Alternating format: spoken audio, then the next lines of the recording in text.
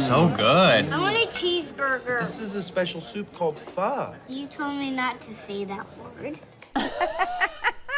Parents can certainly relate to that clip from Modern Family. Getting your kids to get maybe outside their comfort zones, try something new at a restaurant, even just obeying the rules of the restaurant can be challenging sometimes. But dining out with your kids does not have to mean you're stuck going to spots that only serve up, you know, think chicken nuggets and cheeseburgers. So this morning we're laying out some restaurant experiences that have both kids and adults in mind everyone can enjoy.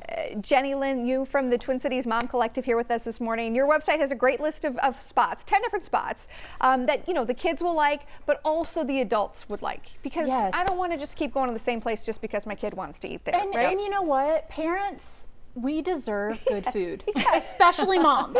Yeah, Can we just be honest? For sure. If I'm taking my kids to a restaurant and we're spending the money and we're taking the time, I can have as great an experience, even better, at some of these amazing Twin Cities establishments versus if we do a big chain and it's kind of all, you know, some of the same. Exactly. Yes. Okay, so you guys had to narrow it down though, obviously. And how do you do that?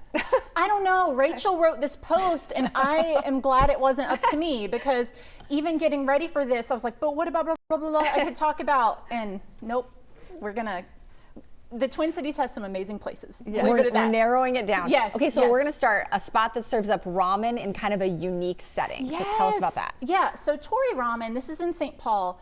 It's in a vintage dining car, so it's just such an experience. But also what I love is that the chef, his mother is Korean, and so there's a lot of Korean inspiration there too. So you're going to have some banchan, you're going to have kimchi and some different things, not just ramen.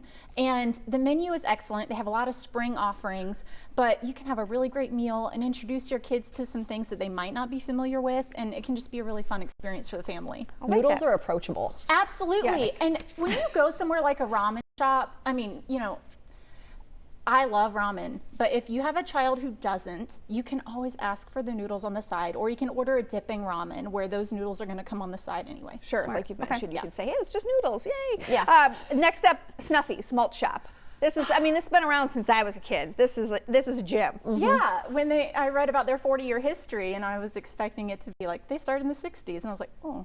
It's the 80s. So anyway, that's an aside. I took my 5-year-old to Snuffys Friday night. We were doing a Mommy and Jonathan date, going to Corduroy. We went to Snuffys first, and it was a blast. The onion rings were excellent. He got a little burger, and then the banana split, and you know, so we finished the night, and he's like, you guys are not gonna believe this. They have banana splits. And we forget that things like that are so magical to kids. That's my son. Oh, There's cute. Jonathan with his banana split. Oh, look at that. He's so excited about, and you know, they love kids there, and it's kind of a throwback to the 50s diner scene, and there's something for everybody. But that is a fun spot. Multiple locations throughout the Twin Cities.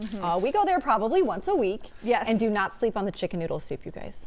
Oh, okay. Hot tip, yeah. Like, I want to box it up and bring it home so I would can just not keep have, eating it. See, No, you wouldn't. It's hot homemade, dogs, in-house, burgers, so good. Well, and the burger, the meat, they're never frozen. Yeah. And you can tell. That's a good It's spot. amazing. Okay, that's a good one. Another one.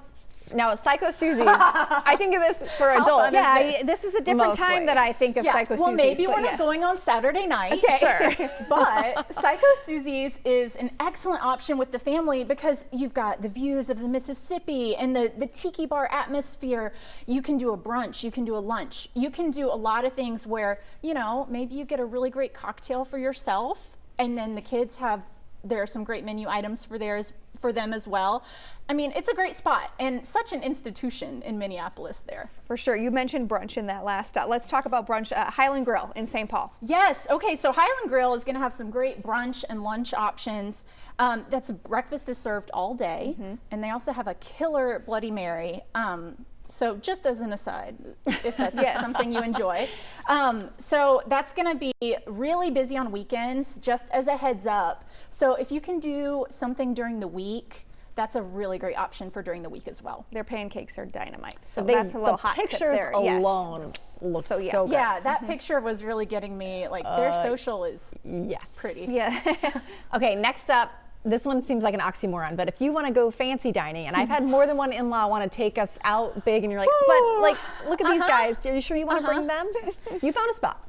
Okay, in Linden Hills, Tilia is an excellent restaurant. You're going to do a 3-course meal, but you can also do a 3-course meal for your child. So maybe mom wants to do a panzanella salad, English pea risotto, and then some sticky toffee pudding, but your child can do a cheese plate, fish and chips, and a chocolate chip cookie.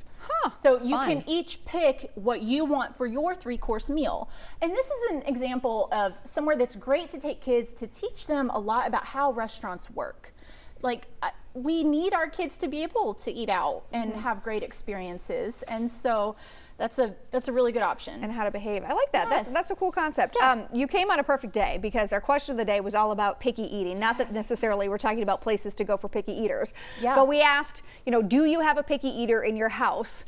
Maybe it's not always the kid. Sometimes it's the adult that's the picky eater. And yeah, another look at our poll. 62% say yes.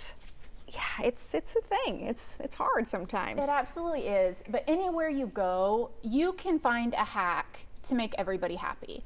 I personally don't want to sacrifice having a great restaurant experience to cater to one person. So, things like asking for just buttered noodles, or get some bread, ask for some peanut butter. You can find ways to feed your child in pretty much any setting. And if I can do that and view the Mississippi River, then sign me up. I like your thinking. Yes. I like that you're making Psycho Susie's a family-friendly restaurant. Yeah. I like it. You know I'm here for it. And we didn't even have to stretch that hard. I know you didn't. Yeah. We accepted it. Jenny Lynn, thank you. We appreciate all the ideas. If you want to check out the full list of fun dining experiences and many other great articles, you can head to TwinCitiesMom.com.